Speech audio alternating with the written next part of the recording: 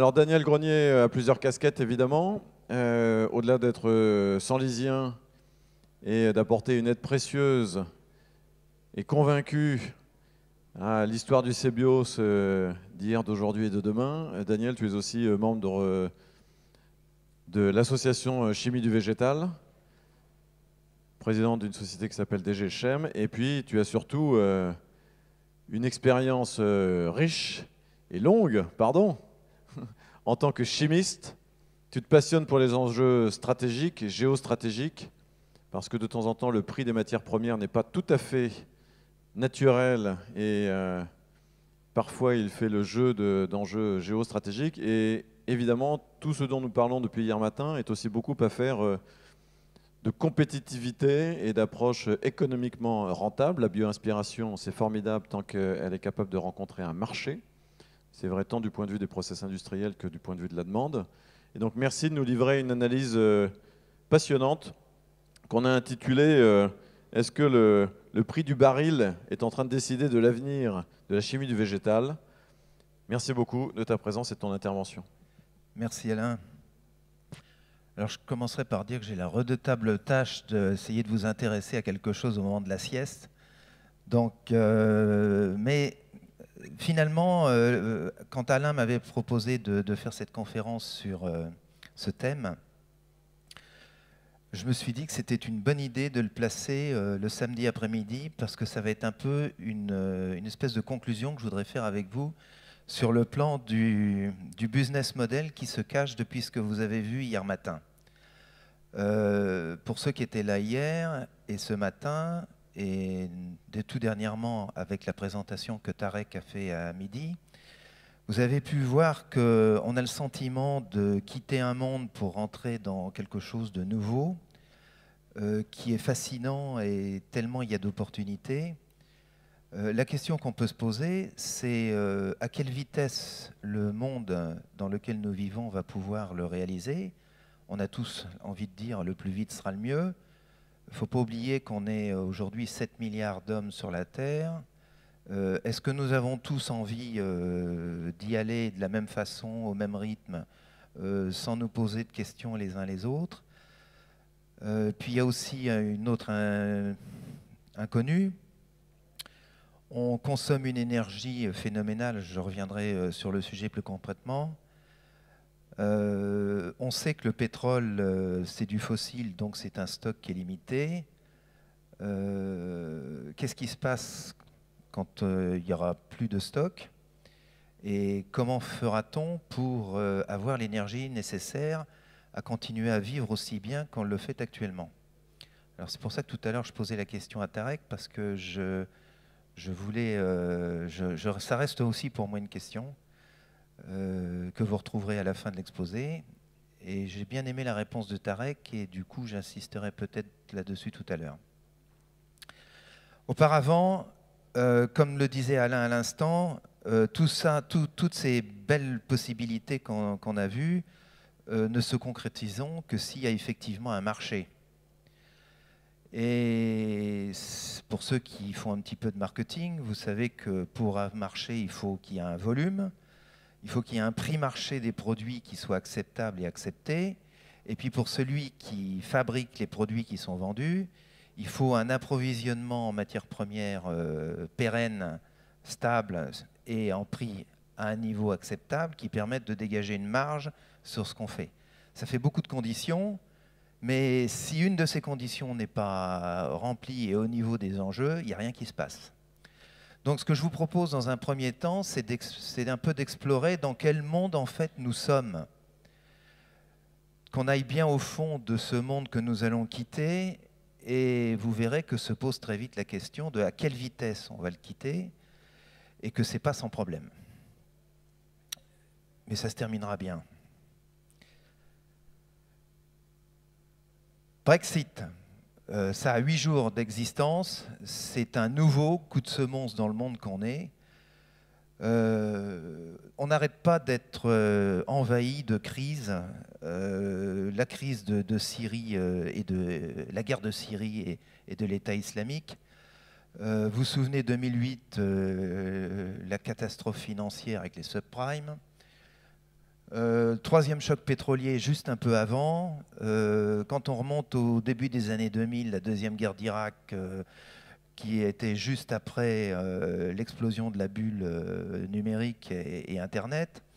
Avant, il y avait eu la première guerre d'Irak en 90, quand Saddam Hussein commençait à pomper en biais sous les réserves du Koweït et ça pesait pas bien. En fait, c'était pas très longtemps après le fameux lundi noir où la bourse de New York a perdu 25% en une journée. Avant, il y avait eu la guerre Iran-Irak qui a quand même duré près de 8 ans. Il y avait eu le deuxième choc pétrolier en 1979. Il y a eu le premier choc pétrolier en 1973. Bref, ça fait 40 ans que ça dure, où on n'arrête pas de nous parler de crise. Alors, moi je sais que c'est qu'une crise de foi. En général, ça fait mal, mais ça ne dure pas longtemps. Une crise qui dure 40 ans, c'est que ce n'est pas tout à fait une crise. Parce que c'est un peu long. Et puis ça fait vraiment 40 ans parce que je me souviens que j'ai une formation d'économiste et de chimiste. Et quand j'ai commencé à travailler dans un grand groupe multinational suisse, mon patron suisse, au début des années 70, me disait, vous savez Daniel, la plus grosse difficulté de votre job, ça va être de sélectionner les embauches que vous devez faire et de les former bien suffisamment vite pour pouvoir être en phase avec la vitesse de développement des ventes. Ça a duré 3 ans. Et depuis 1973, premier choc pétrolier, successivement pendant les 38 ans de ma carrière de patron d'entreprise de chimie, tous les patrons que j'ai eus, et on a toujours un patron quelque part, ça a été le leitmotiv, votre budget est trop élevé, veuillez couper les frais, veuillez restructurer, veuillez couper, etc. Et ça fait tant que 40 ans. Donc il faut vraiment se poser une question en disant, mais tous ces cracks, il y a une corrélation qui est intéressante à faire, c'est que si vous mettez le prix du pétrole, du baril de pétrole depuis 1975, vous voyez qu'il y a des hauts et des bas, et qu'il y a une espèce de corrélation qui est faite sur ces crises. Et la question qu'on se pose, la crise, comme dit, on en parle beaucoup. En fait, on s'intéresse beaucoup aux symptômes, mais pas tellement aux causes. Ce que nous vivons en fait depuis 30 ans, depuis la fin des 30 Glorieuses, c'est une mutation profonde de la société dans laquelle on est. Je vais passer quelques minutes sur les 4 causes fondamentales de ce mouvement de fond, que sont des causes géologiques, démographiques, géostratégiques et technologiques. Et le problème, c'est que tout ça, ça tombe en même temps et ça se percute. Et ce qui fait qu'on ne s'en sort pas. Alors d'abord la cause géologique. Inutile de dire que tout le monde aujourd'hui est d'accord pour dire que j'aime bien ce graphique parce que si vous voyez ici, c'est grosso modo l'an 1000 ici et puis l'an 3000 ici. L'humanité a cette espèce de courbe de Gauss, là, de pic de consommation du pétrole. Il y a un début, disons milieu du 19e siècle, et puis il y a une fin. Alors, difficile à prévoir, mais on sait qu'il y aura une fin. Ce qui est beaucoup plus inquiétant, parce qu'on sait qu'il y a un pic de consommation, c'est qu'il semblerait que ce pic de consommation de carbone, fossile, liquide, mais aussi solide, puisque ça a commencé par le charbon, correspond à une explosion du nombre d'habitants sur Terre. On est, comme je disais ce matin à Tarek, là, quand j'allais à l'école à 10 ans, on nous a annoncé qu'on était à 2,5 milliards d'hommes, qu'on allait allègrement vers les 3 milliards. Au cours de ma vie, on est donc passé de 3 milliards à 7 milliards. C'est assez phénoménal, ça ne s'est jamais passé dans l'histoire de l'humanité. Il y a donc un avant et un après pétrole. Ce qui est à signaler, c'est que l'humanité, avant 1830, elle a quand même toujours bien vécu.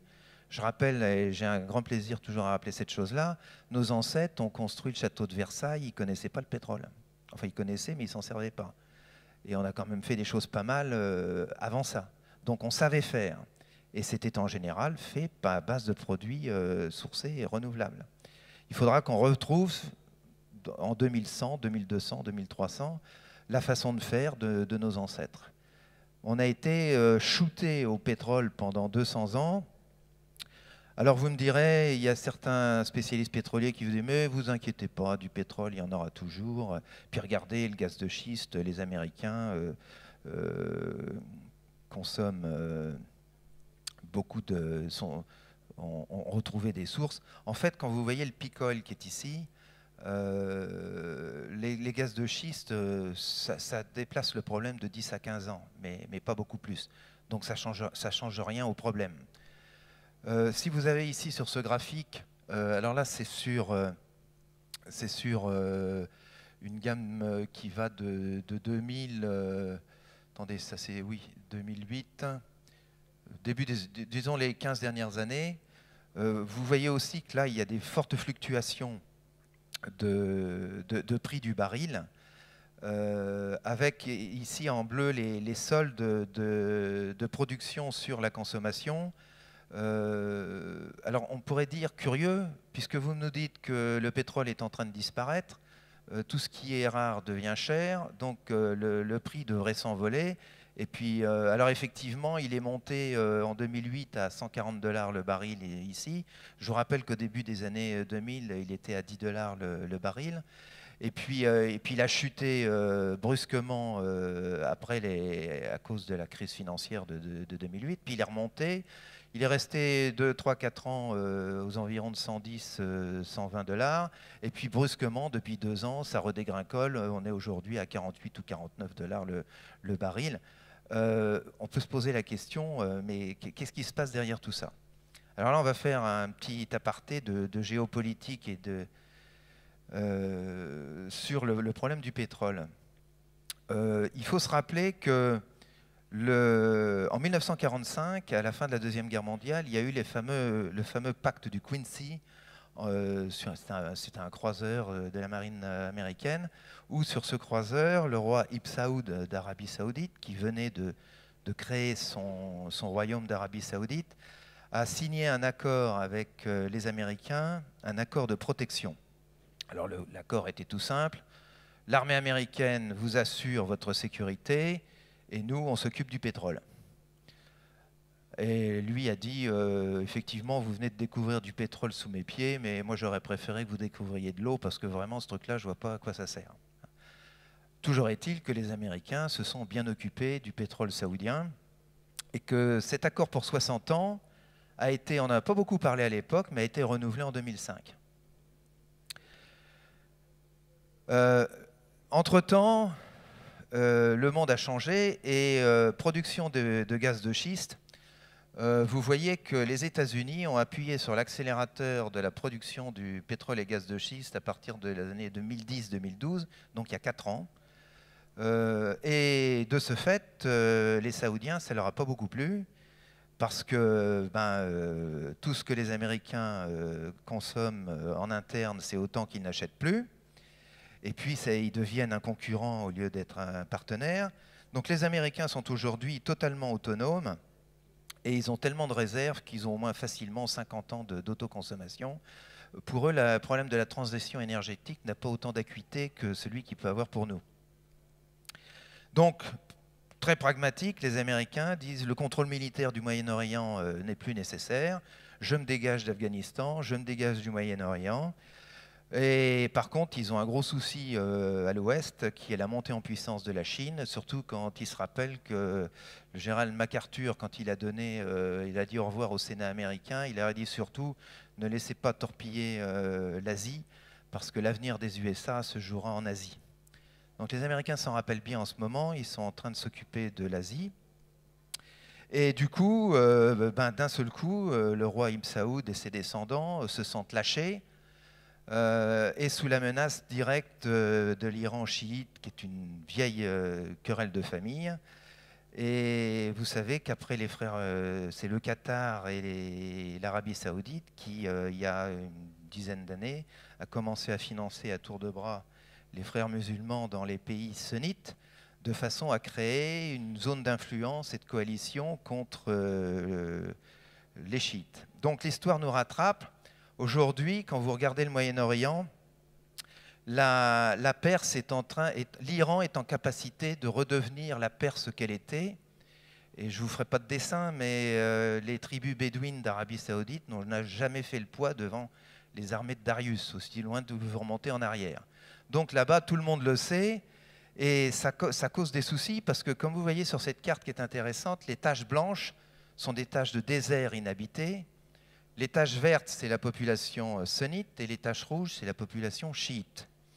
Alors ce qui est intéressant, c'est que vous avez une zone ici de chiites dans le Yémen. Vous avez ici un petit sous-groupe de chiites qui sont les alaouites, qui sont en fait toute la famille des Assad de Syrie. Et puis vous avez une partie des Kurdes et puis une partie de l'Irak aussi. Mais le gros paquet, la grosse concentration, chiite. Un point intéressant ici, c'est là où sont les plus gros. Alors là, ici en bleu, c'est les Wahhabites, c'est la tribu de Ben Laden et de sa famille. C'est les radicalistes religieux qui tiennent la capitale. Puis ici, vous avez les plus gros champs de pétrole de l'Arabie Saoudite, qui sont en fait à majorité chiites. Qu'est-ce qui se passe dans les conflits du Moyen-Orient qu'on voit depuis une dizaine d'années? C'est que partout, les frères musulmans ont poussé à la fin des dictatures dites laïques dans ces pays-là. Et puis, entre-temps, il y a le Qatar, qui était un gros producteur de gaz et qui rêvait de vendre du gaz avec un pipeline à l'Europe, qui, elle, est approvisionnée par le gaz russe et d'une manière très forte, puisque toute la chimie allemande, en fait, est basée sur le pétrole qu'ils font venir de Gazprom pour intégrer dans leurs usines chimiques. C'est la grosse stratégie de BASF. Et ce pipeline, pour que le Qatar livre l'Europe, il faut que ça passe par la Syrie et la Turquie. Et il est bien évident que la Syrie et la famille Assad étant alliés des Russes, les Russes se sont fait comprendre à M. Assad qu'il vaudrait mieux pas qu'ils disent oui au passage du pétrole. Moralité, le pauvre Assad, il s'est fait attaquer de toutes parts pour faire en sorte que ça explose dans son territoire, d'où la guerre de Syrie. Et compte tenu de l'évolution des frères musulmans, il y a évidemment création de l'État islamique, de Daesh et la situation que vous connaissez aujourd'hui. Avec indirectement un soutien fort de l'Iran à Assad et puis un soutien fort de l'Iran aux rebelles dits yéménites. C'est le conflit chiite-sunnite qui se programme. La question qu'on peut se poser, c'est si jamais il n'y a plus de grands frères pour défendre, les États-Unis partant, parce que les Iraniens sont capables de basculer 50 000 soldats sur les côtes du Qatar ou de Dubaï en moins d'une nuit, qu'est-ce que feraient les Américains avec une telle invasion nominale à 15 000 km ou 20 000 km? La réaction est difficile. Qu'est-ce qui se passe si un jour les Iraniens en ont envie de s'occuper là, que les Russes disent bah oui, pourquoi pas, puisque ce sont nos amis? Est-ce que les Chinois réagiront dessus? Bref, il y a là au Moyen-Orient quelque chose qui va nous troubler pendant encore pas mal de temps. Surtout que si vous voyez ici l'explosion des productions qui sont attendues, les États-Unis avaient arrêté d'acheter au Moyen-Orient, arrêté de produire aux États-Unis pour acheter au Moyen-Orient avec le gaz de schiste. Ils sont repartis premiers mondiaux. L'Arabie Saoudite continue à produire aussi. La Russie, qui a eu un creux économique, là, mais elle repart avec ses productions sibériennes. Et l'Iran qui se dit, bon, maintenant que j'ai les mains libres, puisqu'il n'y a plus de pénalité, je veux au moins retrouver mon niveau d'avant. Ce qui fait que tout le monde ouvre les vannes à fond. Moralité, pour punir les USA, l'Iran ouvre les vannes, l'Arabie Saoudite ouvre les vannes, l'Iran ouvre les vannes, Daesh et la Turquie font leur petit business, ce qui permet d'écouler encore pas mal de pétrole à bas prix. On a un excédent de l'offre qui conduit à un prix du baril qui est complètement politique et qui n'a rien à voir avec la réalité économique du monde d'aujourd'hui. La question, c'est pour combien de temps? Alors, quel impact de cette cause géologique? Il y aura toujours du pétrole à puiser, mais à quel prix? L'impact, le pétrole, si le petit scénario que je vous dis se met en place, en l'espace de 2 semaines, le baril passe à 200 voire 300 $, ça change tout, hein. Le litre d'essence passerait à 2-3 €. Vous voyez le genre d'impact que ça pourrait avoir. Ce qu'on vient de voir pour le pétrole, ça reste aussi pour les autres matières fossiles, minérales, non renouvelables. On parlait ce matin des terres rares, c'est un peu le même problème. Donc ça pose un sérieux problème pour la chimie, parce que la chimie, on l'appelle la mère des industries. Il n'y a pas de médicaments sans chimie, il n'y a pas de vêtements sans chimie, il n'y a pas de voiture sans chimie, il n'y a pas de téléphone portable sans chimie, il n'y a pas d'avion sans chimie, il n'y a pas de train, même pour manger, ça devient difficile. On a là un vrai gros problème, parce que notre chimie est entièrement basée aujourd'hui sur le carbone-pétrole. La transition énergétique en question, c'est donc pas seulement un vœu pieux d'écologiste, mais ça devient vraiment une urgente nécessité pour la survie de l'humanité de demain. Et cela, ça semble bien lent. Quand on regarde maintenant tous ces événements et cette mise en perspective d'évolution, on a vraiment l'impression qu'il faudrait aller maintenant très très vite. Même les Saoudiens s'en rendent compte, hein, puisque dans le journal Les Échos d'il y a un mois, l'Arabie Saoudite est en train de se préparer au grand saut de l'après-pétrole, en mobilisant des fonds pour essayer de nous acheter nos fleurons. Faut voir si on se laisse faire, mais il y a des explications qui se profilent. Alors, est-ce que la cause géologique est un aiguillon à l'innovation? Absolument, parce que ça fait plus de 30 ans que la chimie s'active à trouver des solutions alternatives à ces pénuries programmées, soit par des procédés plus propres, par l'optimisation permanente du recyclage, et puis surtout par la substitution du carbone renouvelable, du carbone fossile par le carbone renouvelable. Les premières recherches de la chimie dans ce domaine remontent au milieu des années 80. Vous avez le centre de recherche ARD en Champagne et celui du CVG à Amiens, où les agro-industriels savent pratiquement tout refaire aujourd'hui de la chimie en partant du carbone tiré de la biomasse. Des milliards d'euros ont été investis, notamment beaucoup aux États-Unis, en Europe. En France, la France n'a pas été la dernière à investir.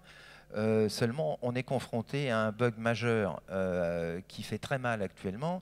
C'est que si je reprends les courbes de prix du pétrole avec la fameuse pointe de 2008, vous voyez en rouge la consommation de pétrole. Il faut savoir que le seuil de compétitivité du carbone renouvelable par rapport au carbone fossile, là où on commence à pouvoir faire des choses à base de renouvelables en lieu et place du fossile, se situe à 50-55 $ le baril, dans les conditions d'aujourd'hui. Au-delà de 110, 120, alors pratiquement tout est faisable. C'est-à-dire qu'il y a beaucoup d'investissements qui ont été faits en France notamment, et des grands groupes d'agro-industrie ont investi des dizaines de millions d'euros à ce moment-là, parce que le pétrole étant ici ou là, alors grosse déception là, puis après il est remonté là, et on avait eu 2-3 années stables, et là ça a continué à investir, parce qu'on se dit, non seulement dès que j'abandonne mon pétrole pour passer au carbone renouvelable, non seulement ça marche chimiquement, mais en plus c'est même plus rentable. Et puis avec la catastrophe actuelle, qui évidemment amène aujourd'hui certains groupes, parce que ça fait maintenant 2 ans que ça dure, et certains groupes commencent à prendre ce que j'estime des bêtises stratégiques, c'est-à-dire d'arrêter des projets au lieu de les maintenir un peu sous perfusion, certes, parce que l'histoire du baril à 48 $, j'y crois pas pour très longtemps. Il faut un peu avoir les nerfs qui vont bien. Donc vous avez là la plage de compétitivité du biosourcé, et plus le baril remonte vers le haut, plus tout est ouvert.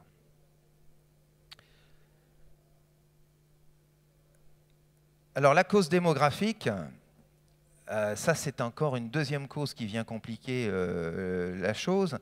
Vous avez ici, oui c'est bien lisible, en 1970, donc 3,7 milliards d'habitants, 5 milliards de tonnes d'équivalent pétrole consommées. En l'an 2000, on est à 6 milliards d'habitants, 9 milliards d'équivalent tonnes, équivalent pétrole, et puis projection 2030, 8 milliards, 15 milliards. C'est-à-dire qu'en l'espace, et puis c'est probablement sous-estimé, il y a eu un article dans les Échos qui disait qu'à l'horizon 2020, donc c'est pas vieux, hein, c'est demain, la Chine devrait avoir une facture pétrolière de 500 milliards de dollars, de 375 milliards d'euros par an. Il faut savoir que les États-Unis, au plus fort de leur consommation, ne consommaient que 250 milliards. C'est-à-dire que la Chine va consommer pratiquement une fois et demie ce que consommait la Chine, l'Amérique au plus fort de son temps. Donc la Chine, vous connaissez le nombre d'habitants. L'Inde, il n'y a pas de raison qu'elle ne fasse pas pareil. Donc on est sur un train qui n'arrête pas d'accélérer vers le mur qui ne va pas bien. Donc entre 2000 et 2030, il faut s'attendre à plus de 66% de demande d'un produit qui est en stock fini. Alors ça, c'est une autre courbe que j'aime beaucoup. C'est pas nouveau, ça date du début des années 2000, c'était fait par une université américaine. Ça vous donne la part relative des grandes zones économiques mondiales. Ce qu'on peut tirer comme analyse de ça, c'est que contrairement, on a eu de très très mauvais professeurs d'histoire à l'école. En 1820, contrairement à ce que j'ai appris, on sortait de Napoléon, on était sous Louis XVIII, on avait dominé toute l'Europe. En fait, en 1820, la Chine et l'Inde pesaient plus de 50% du PIB mondial. À partir de 1850, première utilisation industrielle du pétrole, technologie développée par l'Occident, et de 1850 à 1975, hégémonie énergétique, économique, militaire de l'Occident sur le monde, la Chine, l'Inde, l'Afrique et l'Amérique du Sud complètement vassalisées par l'Occident. 1974, première crise pétrolière, premiers embryons des réseaux informatiques, d'Internet, etc. Début de la globalisation de l'économie mondiale, les courbes s'inversent. En fait, on est en train de revenir à une situation normale. Il y a une espèce de corrélation entre le pétrole et la vassalisation du monde par l'Occident. Ça, c'est une question qu'on peut se poser d'une façon éthique. Une partie de la crise est liée au retour au monde à la normalité. Ça va probablement, le temps que l'Inde et la Chine et le Brésil, ce qu'on appelle les BRICS, retrouvent leurs 60% à eux 5, il va bien falloir encore 30, peut-être 50 ans. Mais en quelques décennies, de 1990 à 2040, l'augmentation prévisible de la consommation mondiale va entraîner la multiplication par 4 de la production et donc de l'usage des ressources terrestres en eau, en énergie fossile, en agriculture, en pêche, en matières premières. Alors, vous voyez le niveau de pression à haut risque sur l'environnement, des risques évidents à court terme de pénurie de toutes sortes, notamment de l'eau et l'énergie. Donc on pénètre dans une période de turbulence rare dans l'histoire, parce qu'elle est vraiment mondiale. Ça touche tous les systèmes, tous les pays. Et donc il ne faut pas s'étonner et il faut s'attendre à des soubresauts politiques, économiques, conflictuels. Point dur, certains géostratégiques estiment ça vers 2020-2025.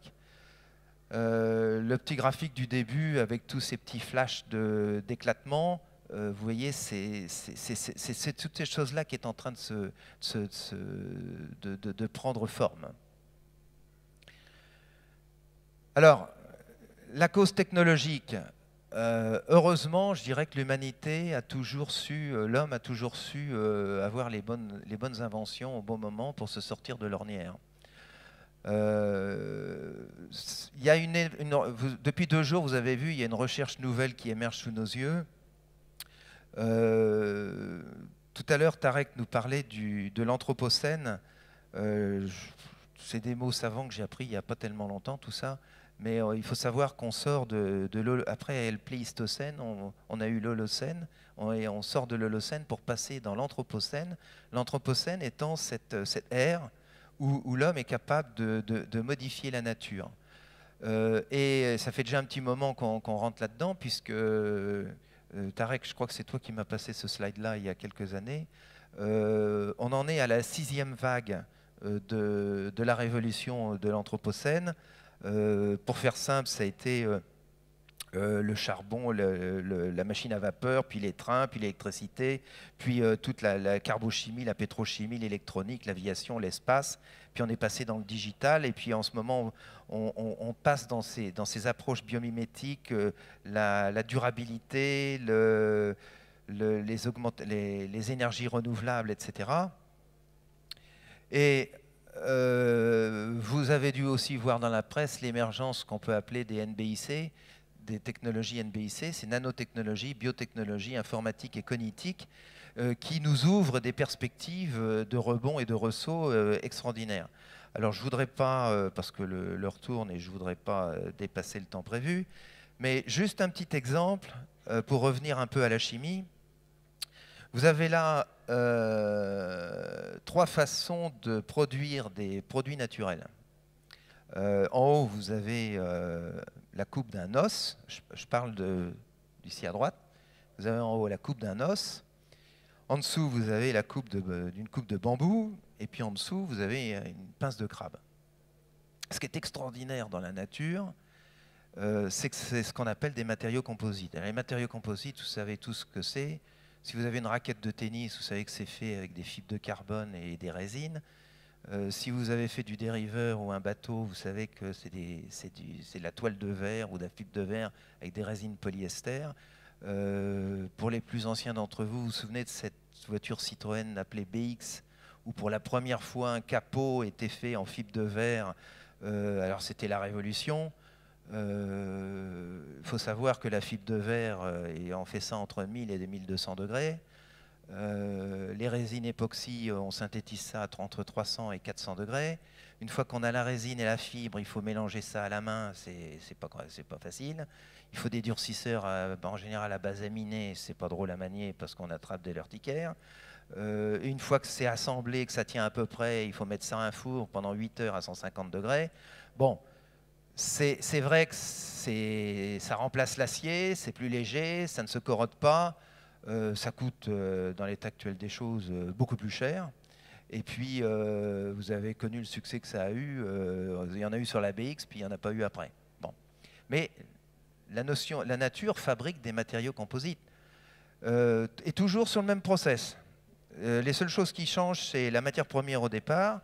Si vous êtes dans le haut, là, vous prenez des molécules de collagène et vous en faites une fibre. Et puis vous assemblez tout ça d'une certaine façon à température ambiante, et puis vous déboussez sur l'os. Mais si au lieu de partir du collagène, vous partez de la cellulose, et ben vous finissez par fabriquer du bois.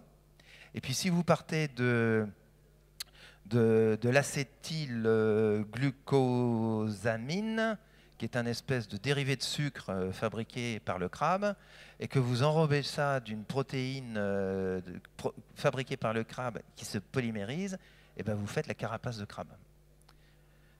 Alors vous avez tous essayé au restaurant de casser la carapace de crabe, vous savez que c'est quand même vachement costaud. En plus, il fait ça dans l'eau à 15-16 degrés, nous on le fait à 1200, d'être pas plus performant que nous. Et puis c'est léger, c'est imputrescible, et in fine, c'est biodégradable. Ça a vraiment toutes les merveilles. On espère bien qu'un jour, et ce jour ne se pourrait pas forcément loin, parce que aujourd'hui, depuis 10 ans, la chimie, avant elle ne savait pas le faire. Elle mélangeait, elle sortait quelque chose et elle était étonnée de ce qu'elle pouvait sortir. Maintenant, ça fait 10 ans qu'on est capable de nanostructurer. C'est-à-dire si on veut que les atomes soient placés comme ça, comme ça, comme ça, on sait faire, on y arrive. C'est pas vieux, hein.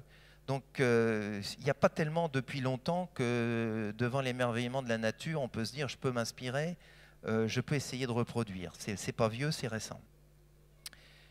Et je pense, moi, que je ne m'avance pas trop en pensant que j'espère que d'ici 2 ou 3 ans, nous aurons ici sur le site du CEBIOS des unités démonstratrices de ce type de technologie. Notamment dans les matériaux composites, parce que l'histoire du crabe, quand on réfléchit un peu, crabe ou dérivé, mais substituer l'acier, les tôles d'acier dans les voitures par des composites de ce niveau-là, qui grâce à des performances d'entreprises qui utilisent des photopolymérisateurs absolument fantastiques, qui permettent une robotisation complète, n'est-ce pas Antonio, de ces fabrications par, on appelle ça additive manufacturing, c'est-à-dire c'est pas tout à fait de l'impression 3D, mais c'est pas des points, mais c'est des nappes. C'est un peu la même technologie. Ça ouvre des perspectives fabuleuses parce que comme c'est robotisé, ça a un coût bas, c'est extrêmement reproductible et ça ouvre des perspectives fabuleuses. Donc un jour ou l'autre, ici, on devrait avoir ce type de démonstrateur pour accélérer.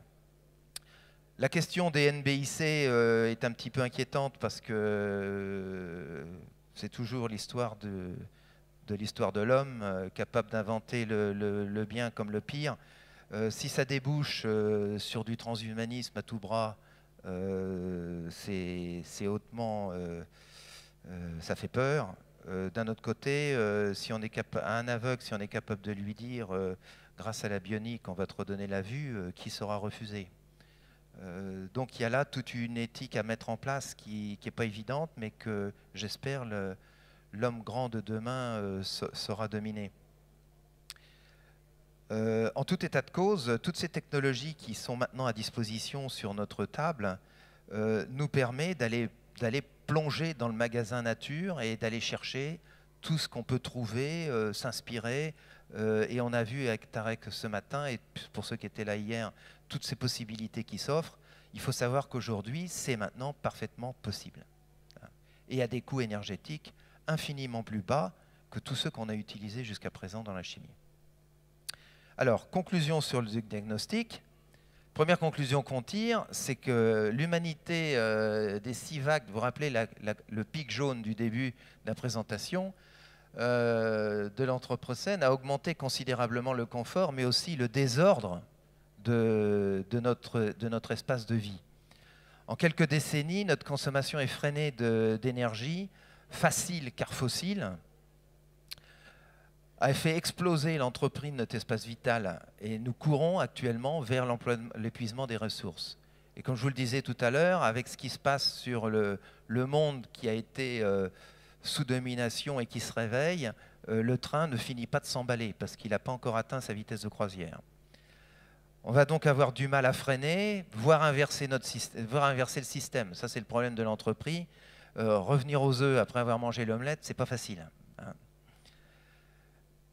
Alors, l'univers dans lequel on vit est toujours en création, en expansion, et même si on vient de découvrir il n'y a pas tellement longtemps qu'on s'est trompé sur la vitesse d'expansion de l'univers et que ça continue à augmenter, la nature reste sous nos yeux, toujours très sobre de la consommation de la matière qu'elle transforme et sobre en énergie. Et ça, c'est une dimension qu'il ne faut pas oublier dans tout ce qu'on va chercher à réapprendre, à nous développer, et pour être en rythme et en harmonie avec ce que la nature nous offre sous nos pieds. Alors, une fois qu'on a dit ça, il y a la vraie question, moi, que je me pose depuis hier. On a, en quelque sorte, je dirais qu'on a vu beaucoup de choses. On a d'énormes possibilités. Ça reste beaucoup quand même des concepts dans l'état actuel du business, je dirais. On commence à voir émerger quelques petits trucs, mais en fait, que faut-il faire pour accélérer toute cette transformation? Alors, comme je vous le disais, on n'est pas sur une échelle de temps de crise. Les analystes financiers vont devoir patienter un peu, tout le monde va devoir être patient.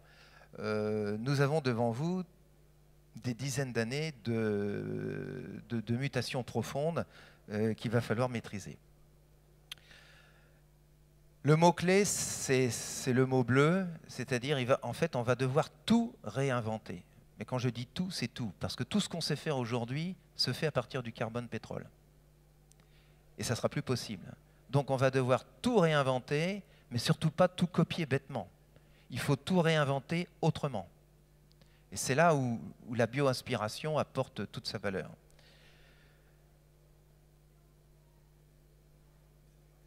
Autre choc intéressant, l'innovation a toujours été, au cours de cette ère pétrole, en marketing push. Là, il semblerait qu'on va basculer dans quelque chose de complètement différent. C'est que le choc innovatif, il sera plutôt en aval qu'en amont des filières de production. La demande, moi je suis stupéfait de voir que j'ai jamais connu ça de ma vie, mais aujourd'hui, la demande sociétale m'apparaît en avance de phase sur ce que l'industrie est capable de proposer. Regardez en l'espace de 2 ans ce qui s'est passé sur la voiture électrique. Il y a 2 ans, voiture électrique, c'était un prototype, c'était un projet. Aujourd'hui, il suffit que Tesla lance sa voiture et puis en propose une à 30 000 $. D'un seul coup, on se met tous à rêver. Je dis, mais attends, dans 2 ans, moi, il me faut une voiture électrique. C'est pas possible. Je vais pas continuer à tourner au diesel comme ça. On a envie de ça tout de suite. C'est pas possible. C'est pas possible parce que le chimiste que je suis ne sait pas encore bien fabriquer les batteries qui me permettraient d'avoir 1000-1500 km d'autonomie. Donc il va falloir attendre un peu. Mais on voit bien que la demande, elle est là. L'industrie n'est pas capable de fournir. Donc il y a une frustration et Internet aide beaucoup à ce genre de choses. Alors, que faire? D'abord, il faut arrêter de maltraiter notre espace vital. Ça peut se faire tout de suite, pas attendre. La deuxième, c'est s'inspirer de la nature pour maintenir, améliorer notre confort de vie. On ne va quand même pas retourner à l'âge de pierre. Et puis respecter l'éthique qui gouverne le fonctionnement de la nature. Donc le biomimétisme est à notre disposition. L'innovation en matériaux nouveaux et durables, si elle veut s'inspirer de la nature, passe obligatoirement par la nanostructuration de la matière, la biologie de synthèse en molécules biosourcées. Alors depuis quelques années, comme je vous le disais, on sait faire, mais on a encore beaucoup à apprendre pour ne pas trop perturber l'entreprise de notre système vital. C'est-à-dire faire la même chose autrement, mais encore avec moins d'énergie. Alors on n'en sommes qu'au tout début, synthétiser neuf, reformuler. Et Dieu sait si dans la chimie, il y a la chimie de formulation qui formule et reformule, car la nature nous offre une infinité de substances actives qu'il serait stupide de déstructurer pour refonctionnaliser ensuite. Ça, c'est malheureusement un péché qui a déjà été commis, et je vais vous expliquer comment on essaye de corriger l'erreur. Notamment en alignant correctement les filières d'approvisionnement, ce qui n'est pas le cas aujourd'hui. Vous avez là Babar au pays des chaînes de valeur de la chimie. Vous avez dans le bas les matières fossiles, pardon. Dans le bas, les matières fossiles, charbon, pétrole, gaz. Premier niveau de synthèse des chimistes, ce que vous voyez dans les raffineries, enfin après l'extraction et la synthèse, les raffineries, la première chimie de base, et puis les réacteurs de synthèse de chimie organique. Et puis vous avez là la chimie de formulation, où on mélange les ingrédients pour faire des adhésifs, des peintures, des encres, des détergents ou des mélangemètres pour les plastiques. Et puis on vend ça dans les industries du packaging, ou des composants qui vont dans le bâtiment, dans l'auto, dans la détergence, packaging pour alimentation, etc. Depuis que la chimie existe artificielle et non plus biosourcée comme c'était du temps des constructeurs de Versailles, l'innovation est toujours partie du laboratoire du chimiste qui tripotait ses produits et qui une fois disait « Ah, j'ai trouvé un nouveau truc ». Je le pousse dans la filière et ça va améliorer la situation. Prenez l'exemple des plastiques. Dans les années 20, on était tout content d'avoir sorti les bonites avec lesquelles on fabriquait les premiers téléphones. Regardez aujourd'hui ce que sont les plastiques. Tout ça a procédé d'un marketing push de la chimie. En 2007, quand on a créé l'association Chimie du végétal, qui regroupe maintenant 57 entreprises, regroupant les agro-industriels et les chimistes, on n'a pas réfléchi plus loin que le bout de notre nez. On s'est précipité dans un scénario, un business novel, où les pétrochimistes disaient bah, « écoutez, puisque nous, on a des grosses usines ici et puis qu'on sent qu'on va avoir un problème pour approvisionner ce truc-là, ben vous, agro-industriels, écoutez, remplacez-nous à ce niveau-là, filez-nous les matières premières qui ressemblent le plus possible à ce qu'on extrait ici pour qu'on puisse l'injecter là-dedans et puis grosso modo, on ne change rien. » Bon, on a essayé, ça ne marche pas, tout simplement parce que si dans la nature, vous allez chercher du colza, qui est une belle plante finie, pleine de puissance, d'huile, de résine, et que vous commencez à tout tout décortiquer, tout casser les molécules pour revenir à une espèce de méthane ou d'éthane ou basique pour après reformuler dans quelque chose, vous avez un coût de déstructuration et vous avez un coût de restructuration. Ça coûte 2 fois le double. C'est jamais rentable, ça ne marche pas. Il vaut bien mieux rester avec ce que le colza peut nous donner comme huile lourde ou comme des huiles qu'on peut fonctionnaliser, et demander au peintre, à la fabricant de peinture, de tout reformuler son savoir-faire pour partir sur des choses naturelles qu'on peut lui donner sans vouloir copier absolument la résine acrylique ou glyphérostalique qu'il utilise depuis une vingtaine d'années. Donc, toujours, le biosourcé avait commencé à marcher sur les pas, ce qui a déclenché tout un tas de frustrations, parce que les gens qui découvrent des choses nouvelles ici, quand ils se retournent par ici, ben moi, j'ai pas ce qu'il faut, moi, j'ai pas ce qu'il faut, etc. Et c'est vrai un peu partout. Donc, en fait, sachant que l'innovation de demain, elle se passe à ce niveau-là, vous avez vu hier, les gens qui parlent d'innovation biomimétique, c'est L'Oréal, c'est Eiffage, c'est des gens qui sont au contact du consommateur, c'est-à-dire c'est ce qu'on appelle des B2C, par opposition au B2B que j'ai été et qui me met là, mon client, c'est un autre gros industriel qui est ici, qui a un autre gros industriel. Là, ici, les gens, ils sont au contact du consommateur.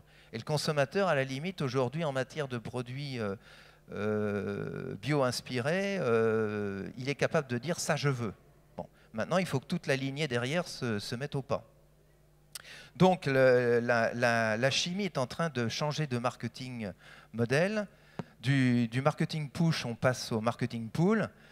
Et ça veut dire beaucoup, parce que dans la région, ici, Hauts-de-France, et je dirais même dans l'Oise en particulier, vous avez l'Institut de transition énergétique de Pivert à Compiègne, vous avez le pôle IAR, qui est un pôle de compétitivité à vocation mondiale à Laon et Amiens. Vous avez le pôle Matiquem, qui d'ailleurs, ces gens-là sont membres fondateurs du CEBIOS.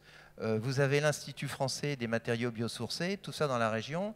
Et le dialogue qui doit s'installer ici, eh bien, c'est en fait la mission du CEBIOS. C'est-à-dire que le CEBIOS, d'après la population que vous avez vue hier et ce matin, c'est un hub de communication où toutes ces technologies, par exemple, dans cet exemple ici, le CEBIOS doit être ce point de rendez-vous qui permet à un constructeur auto de rencontrer l'agro-industriel qui a envie de développer la même chose, avec tel PME qui a envie de s'investir là-dedans. Ils vont monter un projet, un consortium industriel sur ce projet particulier, et c'est parti pour un nouveau développement. Après, ça fait boule de neige. Et c'est comme ça que la révolution peut se mettre en route. Donc, on commence à entrevoir le bout du tunnel et le chemin à suivre. Il nous faut maintenant investir massivement sur l'aval des filières pour accélérer l'émergence de ces produits durables de demain et optimiser rapidement l'organisation des filières amont. Alors, quand je dis investir, il y a déjà des gens qui le font. Mercredi dernier avait lieu à Bercy la remise du prix Pierre Potier par Emmanuel Macron. La CDV est un des créateurs de ce prix. Je vous montre là 3 exemples. La société Arkema a eu un premier prix pour avoir inventé un nouveau système d'ultrafiltration qui permet d'obtenir à partir d'une eau sale une eau pure. C'est pas très biomimétique, sauf que la performance là, c'est que le filtre dure 2 fois plus longtemps, il résiste 1000 fois mieux au lavage du chlore, la porosité est encore plus faible, ce qui fait que la capacité de filtration est nettement améliorée. Pourquoi cette performance? Parce que grâce à la technologie des copoblocs à architecture contrôlée, virgule, elle a réussi à nanostructurer la fibre. Et on a une performance là, comme on trouve celle dans la nature. Alors c'est entièrement artificiel, mais n'empêche que c'est une démonstration de la capacité de la nanostructuration qui est possible aujourd'hui. À l'inverse, vous avez ici une petite start-up de Bretagne qui était un fabricant de peinture traditionnelle et qui vient de lancer une nouvelle société qui ne fait que des peintures à partir de... On n'utilise plus de résine acrylique ou de résine glycérophthalique. On a mis au point une résine nouvelle à partir d'algues. Et la peinture est maintenant tout à fait disponible et commerciale. Donc, et vu que l'algue, c'est pas cher, parce qu'en Bretagne, des algues sur les plages, il y en a, on peut en ramasser quand on veut, c'est pas cher, donc on est dans cette zone des 50 $ de compétitivité du pétrole, on peut y aller. Chimex, filiale du groupe L'Oréal, nous a explosé hier le coût du quinoa, qui est aussi une voie à suivre. Donc, le biomimétiste, parce qu'il part de l'observation nanométrique de la nature, est une des boîtes. Ce n'est pas la boîte, c'est une des boîtes du développement soutenable, disons. Moins consommateur d'énergie, c'est de plus une façon de vivre qui réconcilie l'humanité avec la nature qui l'héberge. Pour un temps. La nature va continuer à vivre. Nous savons que nous sommes là pour une période déterminée. Autant bien remplir la mission qui nous est confiée. Reste encore à court terme 2 hypothèques de taille à travailler. À quand le baril à 200 $? Et moi je dis, plus tôt ce sera à 200 $, mieux ça sera. Et s'il passe à 300, c'est encore mieux. Reste une question fondamentale, quelles seront nos sources pérennes d'énergie en fin de peak oil? Mais alors ça, c'est la question que je posais à Tarek ce matin. Ça, c'est une autre présentation à elle toute seule. On peut avoir quelques petites idées, notamment sur la fusion nucléaire en remplacement de la fission nucléaire qui est terrible.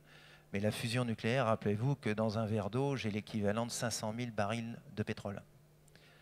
Donc si on réussit à maîtriser ça, il faudra quand même garder l'éthique d'utilisation de cette source d'énergie pratiquement inépuisable, qu'il faut se le rappeler, la plus écologique qui soit, puisque c'est l'énergie qui permet à l'univers de se maintenir tel qu'il est. Hein. Si je suis devant vous en chair et en os, c'est grâce à l'énergie atomique qui donne la cohérence à mes molécules. Donc l'énergie atomique est la plus naturelle qui soit, à condition de bien savoir l'utiliser. Daniel, si tu veux bien conclure, merci. Ben voilà, tu vois, on est au rendez-vous. Cette dynamique de développement durable est prometteuse de croissance renouvelée. Tout s'installe en temps et en heure dans le bon sens. Une patience, mais il faut aller vite pour les petits-enfants. Merci. Merci beaucoup, Daniel Grenier. On va quand même prendre le temps d'une ou deux questions, parce que ce serait dommage de ne pas avoir un petit échange avec Daniel Grenier. Il y a sûrement 2-3 choses qui vous ont interpellé dans cette présentation. Est-ce qu'il y a une ou deux questions dans la salle? Oui.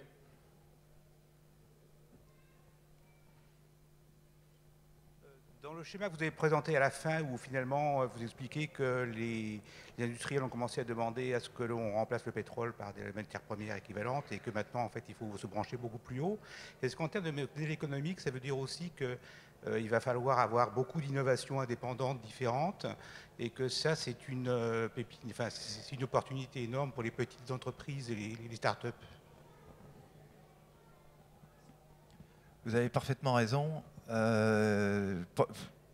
Premier exemple, celui que je vous citais du prix Pierre Potier. Dans le domaine de la peinture, que ce soit pour automobile, pour bâtiment, vous avez des géants comme PPG, comme BASF. L'invention de cette peinture à base d'algues qui donne toute satisfaction et qui est vraiment ultra performante, c'est une entreprise où il y a 5 personnes. Et je pense que ce genre de choses, c'est une chance pour la France aussi, ça, hein, parce que je crois que la France, elle a la réputation d'être assez inventive et d'avoir des petits entrepreneurs à condition que la réglementation et la fiscalité ne leur coupent pas les pattes. Mais il y a une capacité d'innovation dans ce pays qui peut exploser dans ce type de dynamique. Est-ce qu'il y a une dernière question? Une deuxième en l'occurrence? Daniel, tu nous as scotché là. Bon, merci beaucoup Daniel Grenier, merci beaucoup.